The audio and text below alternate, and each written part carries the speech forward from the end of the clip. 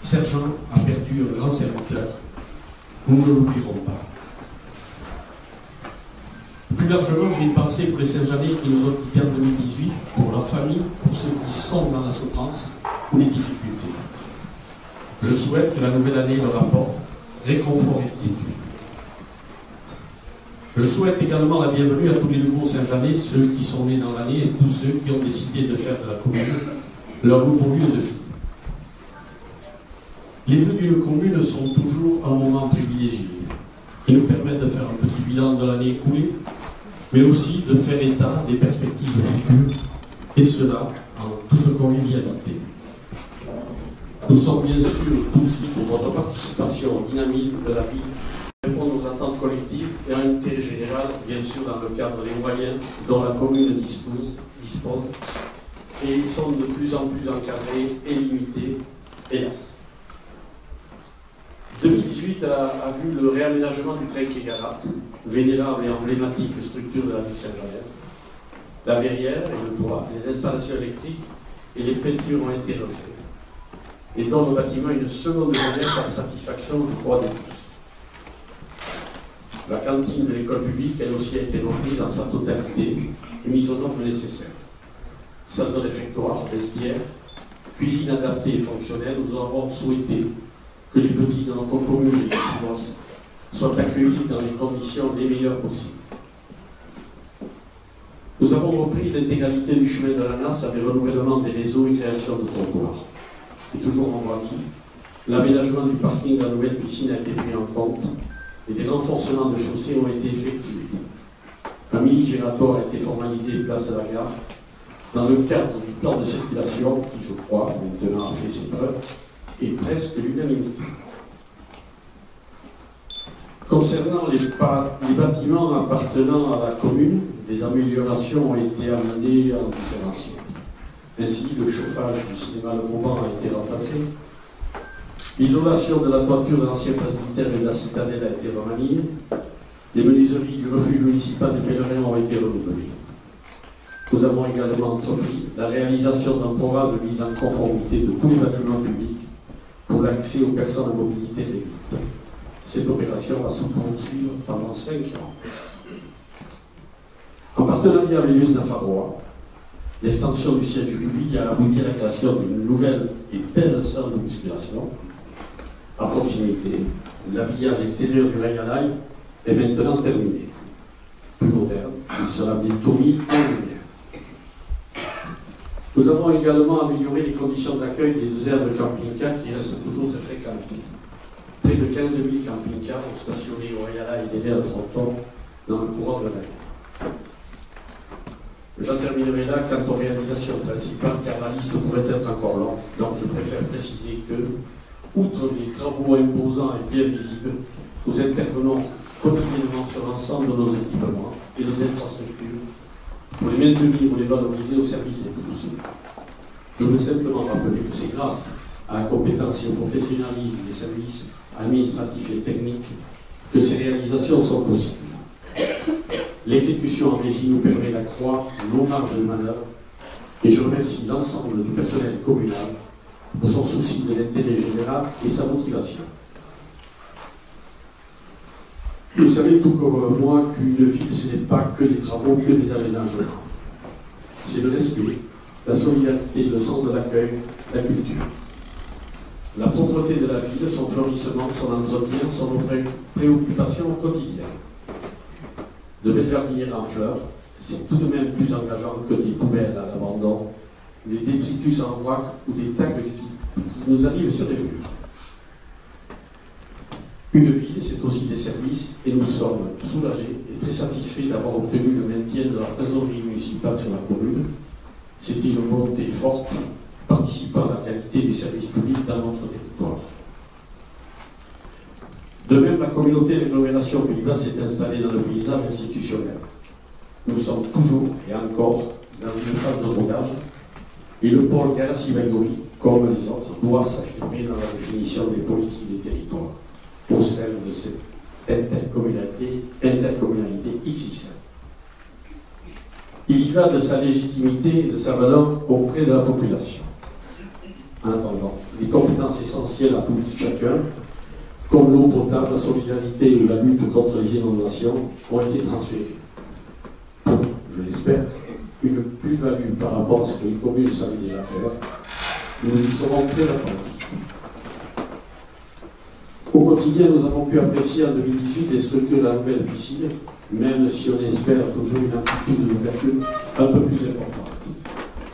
Moderne, chauffée, confortable, c'est un service à la population de grande qualité, pratiquement unique en Pays Basque intérieur. Concernant les événements qui ont ponctué l'année, on retiendra la bonne tenue des fêtes patronales, et c'est encore frais dans nos esprits, la fréquentation toujours surprenante à l'occasion du jour de l'an. C'est devenu un véritable petit phénomène, et c'est à nous. Au-delà de ces deux événements, diverses manifestations ont été largement suivies et appréciées. À commencer par le festival de théâtre Citadelle en Seine, qui a bénéficié d'une large affluence, motivé sans doute par la qualité de la programmation, mais aussi par le confort des structures d'accueil et par le cadre enchanteur. Garassi en rose, comme à l'habitude, a fait le plein pour une bonne cause, dans une superbe ambiance. Les télés autour du marché des produits photos ont émaillé le mur. La fréquentation touristique a été moyenne, cependant, il semble que Saint-Jean ait tiré son épingle du jeu par rapport aux statistiques régionales. Par contre, un nouveau record d'affluence a été atteint avec le pèlerin sur le chemin de Saint-Jacques, avec preuve que Saint-Jean assume une place particulière.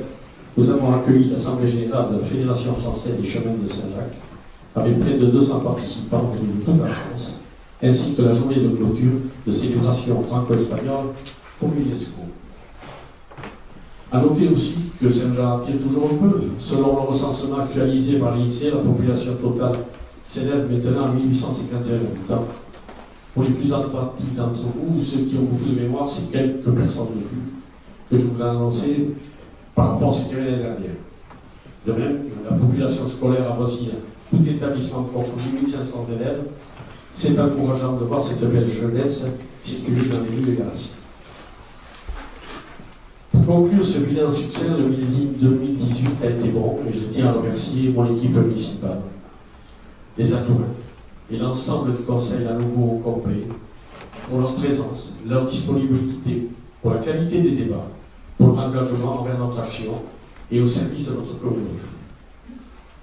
Un grand merci également aux partenaires institutionnels qui soutiennent nos projets, même si leur accompagnement est plus rare et difficile à obtenir. Bien sûr, nous aimerions faire davantage, mais ce contexte très contraint nous impose de prioriser les projets, d'alléger le fonctionnement et de ne pas augmenter les impulsions. Maintenant, 2019, dernière année du mandat de l'équipe élue en 2014, et que j'ai eu le plaisir de conduire. La commune va accompagner le projet très attendu de la construction du nouveau centre de secours et d'incendie. Ces travaux démarreront sur le terrain donné et viabilisé par la ville, près du lycée. Ils démarreront au mois de mars prochain et vont marquer durablement le territoire. Au-delà de sa vocation normale pour les sapeurs-pompiers volontaires du secteur, le site a été souhaité pour renforcer la coopération transfrontalière de toute la chaîne vétérinaire et sera un centre de formation dédié. Le nouveau centre sera opérationnel en janvier 2020. Ce projet a aiguisé les appétits puisque les services de la gendarmerie souhaitent la construction d'une nouvelle caserne à Saint-Jean. Le conseil municipal a délibéré et donné son accord.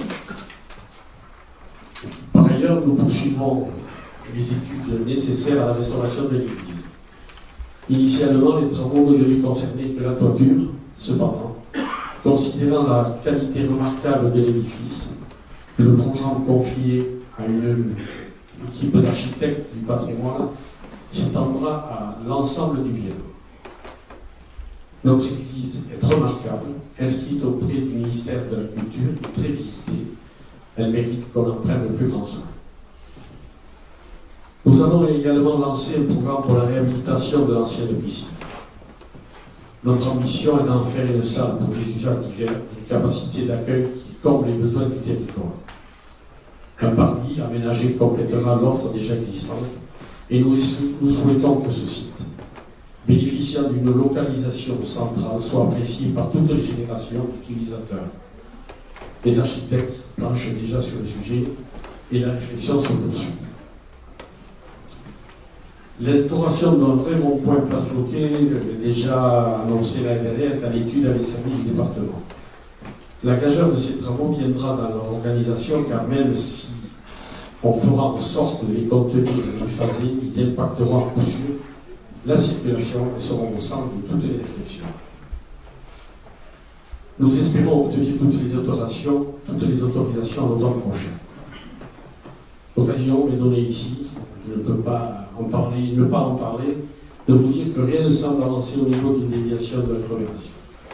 Vous connaissez tous mon avis sur le sujet. Il est regrettable que le projet de cette infrastructure essentielle pour le futur du territoire n'aboutisse pas. Les travaux de voirie se poursuivront avec des créations de trottoirs et des réfections de chaussées. Grâce à l'accompagnement inestimable du SDEPA, le syndicat d'électrification des Pyrénées-Atlantiques, nous allons mettre en éclairage public la route Napoléon, chemin de Compostelle, et nous allons poursuivre les travaux de sécurisation et de renforcement des réseaux dans différents quartiers de la commune. Dans les jours prochains, un programme d'entretien des remparts au niveau de la citadelle va être lancé. Nous reconduirons également les travaux d'amélioration des installations sportives et nous espérons aussi obtenir l'inscription à l'inventaire supplémentaire des monuments historiques de l'ancien cimetière. Et une sculpture, voire deux, viendront égayer l'espace public d'ici peu. Au-delà de la seule commune de Saint-Jean, une réflexion médico-sociale est en cours sous l'égide de l'hôpital de Bayonne pour un rapprochement des différentes maisons de retraite de Saint-Jean et d'Issoudun. C'est une démarche essentielle pour pérenniser ce service à la population, ô combien important localement et pourvoyeur d'emploi. Dans cette même logique, la Fondation Lurot devrait se métamorphoser en hôpital de proximité. C'est aussi une condition essentielle à la qualité de la vie sur notre territoire que de disposer des services nécessaires au bien-être et à la santé de la population. Voici donc nos objectifs priorisés, utiles et variés. Alors avec réflexion, engagement, énergie et motivation, notre volonté reste inchangée d'aider, de faciliter, d'accueillir et d'accompagner. Une ville, c'est des services et des politiques, pompiers, gendarmes, enseignants, services de l'État, responsables religieux, associations, tous concourent au bon fonctionnement du vivre ensemble. Avec le conseil municipal, j'exprime ma gratitude et ma confiance et vous assure de votre soutien dans vos engagements. Saint-Jean ne serait pas là aussi attractif sans l'action permanente de ses habitants et des associations que vous représentez. Merci à vous qui donnez sans compter de votre temps pour renforcer le lien social, aider les plus démunis, proposer à tous des activités culturelles et sportives. Par ailleurs, notre ville doit aussi beaucoup à ses acteurs économiques locaux. Que vous soyez commerçants, artisans ou membres de professions libérales, vous concourez au dynamisme de Saint-Jean et apportez un service de proximité essentiel à notre qualité de vie. À vous, membres des administrations, corps d'État et personnalités qui contribuent à l'amélioration du service public, à l'égalité des chances et au développement de notre territoire. À vous, membres du clergé, j'en profite pour souhaiter un prompt rétablissement de la commune. À vous, gendarmes, sapeurs-pompiers, services sociaux et corps enseignants pour vos actions au quotidien. À vous tous, et une pensée pleine de gratitude pour ces services qui nous permettent de mieux vivre, nous protègent, nous assistent. Avec toute l'équipe municipale, nous vous présentons nos vœux les plus sincères. Nous vous souhaitons à tous, ainsi qu'à vos familles et à vos proches, une année de joie, de santé et de réussite dans les projets qui vous tiennent à cœur. Et bien sûr, dans votre engagement au service de Saint-Jean-Pied-de-Port et du territoire. Merci à tous. Mieszka Benedicti. Bonne année à tous. Au Février.